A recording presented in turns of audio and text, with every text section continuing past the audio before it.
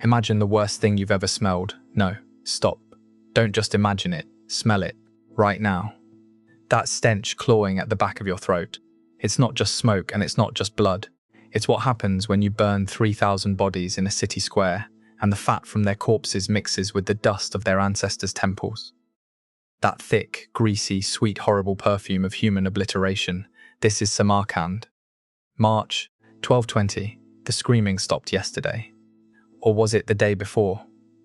Time bends when you've been listening to women howl for so long that the silence feels like drowning. You're crouched behind a shattered wall. Your hands are cut up from the rubble. You've pissed yourself and you don't even remember doing it. And in the distance, through the smoke, you see him. The great Khan. He's not on a horse. He's walking. Slowly, through the sea of kneeling women, selecting. But what he's selecting them for, that's not in any book your teacher ever opened. That's the filth we're wading into today. This isn't a history lesson. This is a goddamn autopsy. An autopsy of conquest itself, of what happens when one man figures out that a sword kills a body, but a womb kills a legacy. We're cutting into the darkest, most rancid tissue of the Mongol Empire, the part that made Genghis Khan the biological father of 16 million men walking the earth today. 16 million. Let that number squat in your brain like a tumor. We'll come back to it. And when we do, you're going to wish we hadn't. Before he was the scourge of God, before he was the universal ruler, before he was the architect of the most systematic sexual conquest in human history, he was Temujin, 9 years old, skinny, hungry, and he was being held down by the dirty, calloused hands of a Merkit warrior, while his mother, Holun, was ruined in front of him. Don't picture this like a movie. Picture it like a home video from hell. The Merkits had just poisoned his father, Yesuge, dragged him from his horse and left him foaming at the mouth in the dirt, and now they were erasing the rest of his family's dignity. They tore Holun's deal, that traditional Mongolian robe, right down the middle. The sound of that ripping fabric. Temujin heard it over his own screaming, one after another. The warriors took turns, the grunting, the spitting, the laughter when she made a sound they didn't like, and through it all, they made sure little Temujin was watching. They'd jerk his head up by the hair every time he tried to look away. See this, boy? This is what happens to the weak. This is what your father's bloodline is worth. They didn't just violate his mother. They force-fed him the footage. Something broke in that boy. Something that never healed. Something that calcified into this cold, precise, almost industrial understanding. To truly destroy a people, you don't just kill their men. You don't even just take their women. You have to crawl inside their bloodline and strangle it from the inside out. You have to make their grandchildren forget their grandfather's face. The chroniclers, the ones who dared write this down, noted something disturbing about young Temujin after that day. He didn't cry. Not once. Not ever again. When other boys wept over a dead horse or a lost wrestling match, Temujin just stared, calculating, filing away every moment of his own humiliation like entries in a ledger, waiting for the day he could balance the books. By 16, he was already a warlord, a minor one. But even then, the pattern was forming. His first raid on a rival tribe, the Tatars, filthy bastards who'd betrayed his father, ended the way all raids ended, men dead. But Temujin didn't ride off with the horses and the gold. He stayed. He walked through the aftermath, studying the women's faces, the hollow eyes, the 1,000-yard stare of a woman who'd just been used as a battlefield trophy. And he asked his warriors a question that made even those hard, murderous men shift uncomfortably in their saddles. How long does it take for a woman to stop crying for her dead husband? How many times must her body be taken before her mind forgets she ever belonged to him?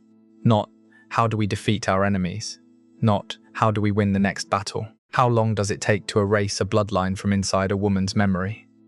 This was a 17-year-old boy talking, and his generals, men twice his age, men who'd burned villages and skewered children on lances, went quiet, because they realized they were in the presence of something new, something that wasn't just a warlord, something that was an engineer of annihilation, and he was just getting started.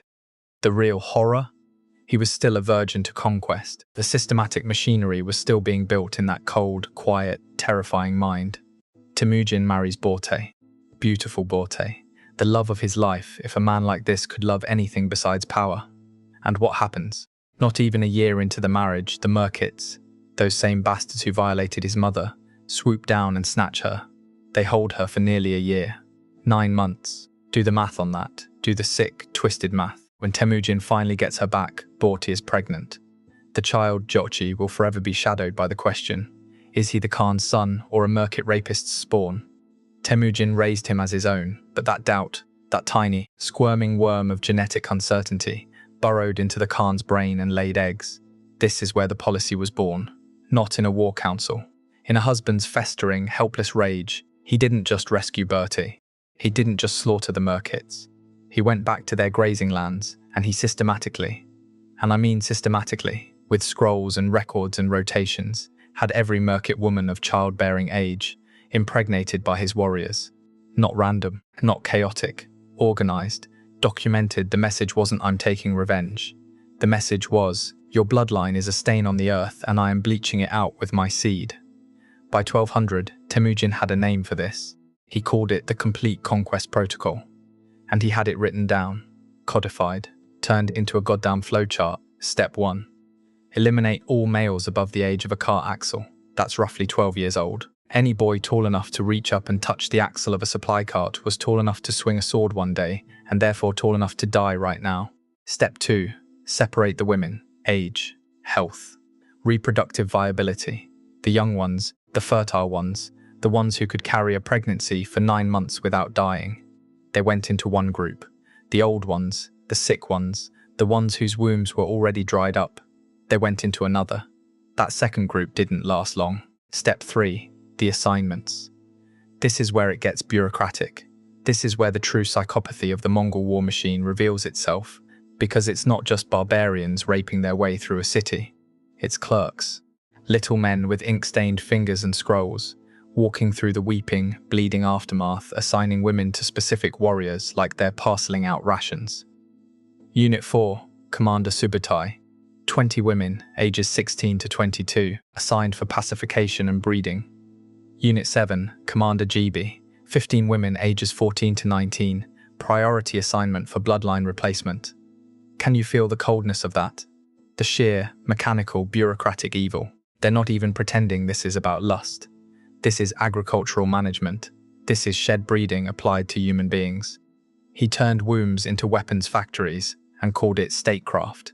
The great Kurultai, all the tribes, all the warlords, all the killers and thieves and psychopaths of the steppe gathered in one place. And Temujin, the boy who watched his mother get passed around by Merkit animals, stands up and is declared Genghis Khan. Universal ruler, the oceanic king, the man whose dominion has no shoreline, and his first decree, not his fifth, not his 10th, his first is the Yasa, the legal code of the Mongol Empire. Most of the Yasa is lost to history, burned or buried or deliberately destroyed by later Khans who wanted to pretend their grandfather wasn't a monster. But the fragments we have, the fragments are obscene.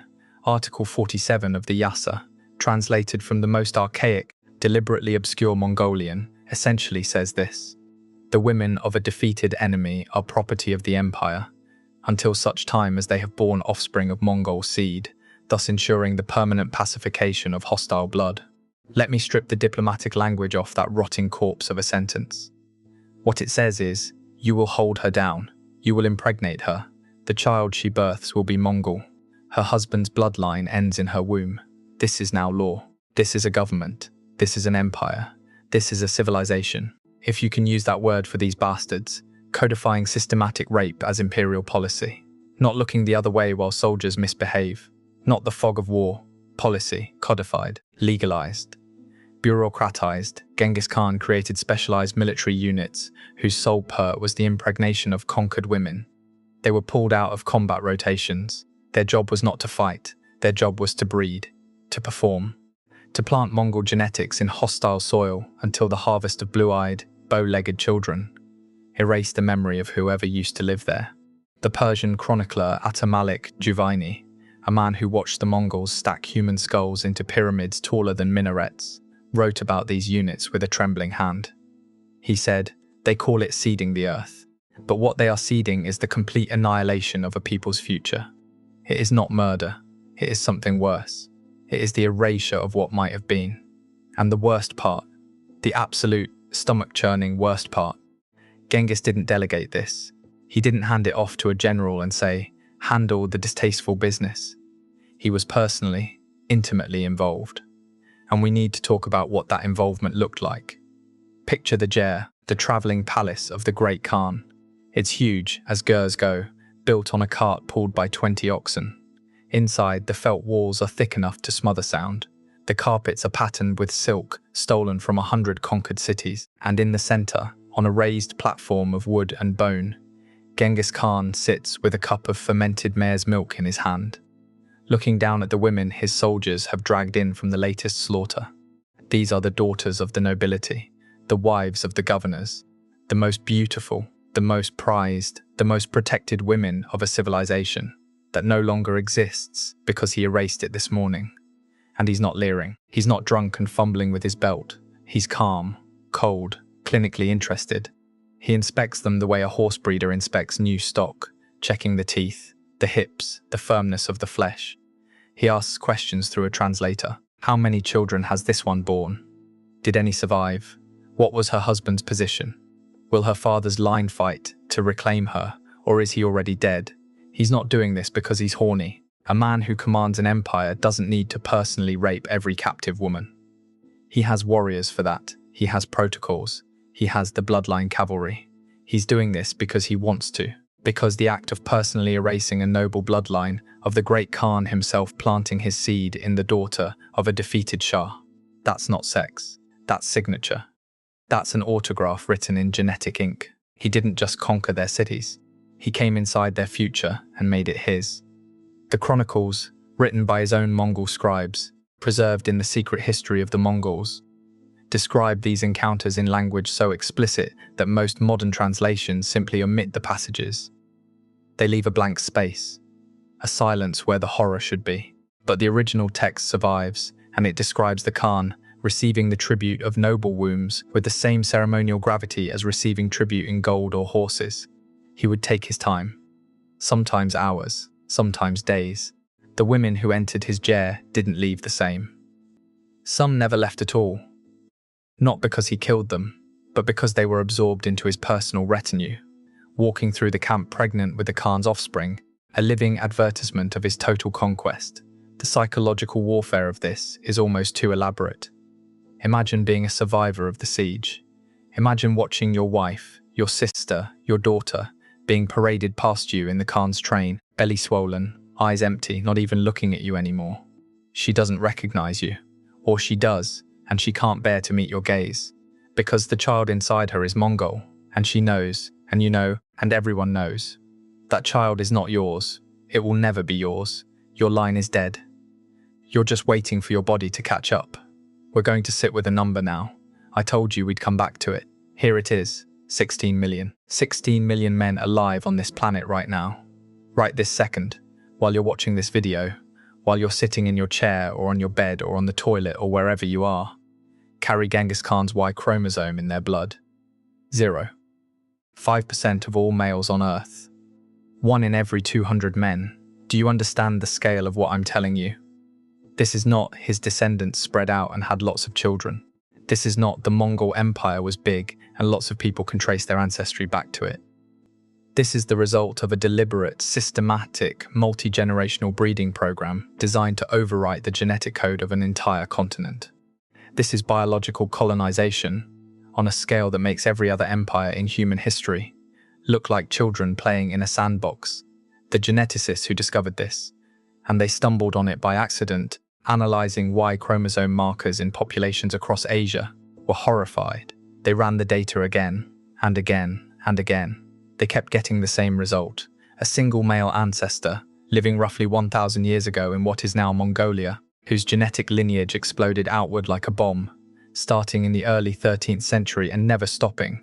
That bomb was Genghis Khan. And the explosion was not metaphorical.